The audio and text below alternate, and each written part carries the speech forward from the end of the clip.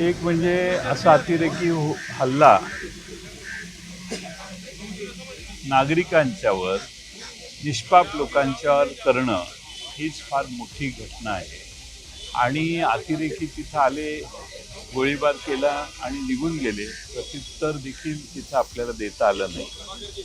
म्हणजे 300 किलोमीटर अतिरेकी काश्मीरला सरहद्द ओलांडून पहलगामपर्यंत पोहोचले, ही एक फार चिंतेची आणि गंभीर बाब आहे.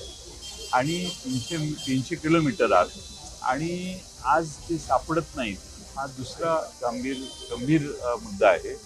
पण भारतावर हा हल्ला झालेला आहे आणि निष्पाप लोकांच्यावर हल्ला करून पाकिस्तानी अतिरेक्यांनी जो पळपुटेपणा, घाबरटपणा दाखवला आहे, त्यांना हल्ला आजपर्यंत करायचा ते काही प्रमाणामध्ये आर्मीवर करायचे, पण आता पहिल्यांदा असा नागरिकांच्यावर हल्ला झाला आहे, टुरिस्टवर हल्ला झाला आहे. आणि तो हल्ला करत असताना त्यांनी जो निर्दयीपणा दाखवलेला आहे, त्याच्यासाठी पाकिस्तानला आपल्याला धडा शिकवावाच लागेल.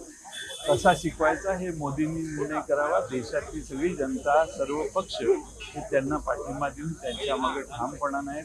या हल्ल्याचा ऑडिट, हल्ल्यात कसा झाला, काय झाला, हे नंतर त्याच्यावर चर्चा होईल.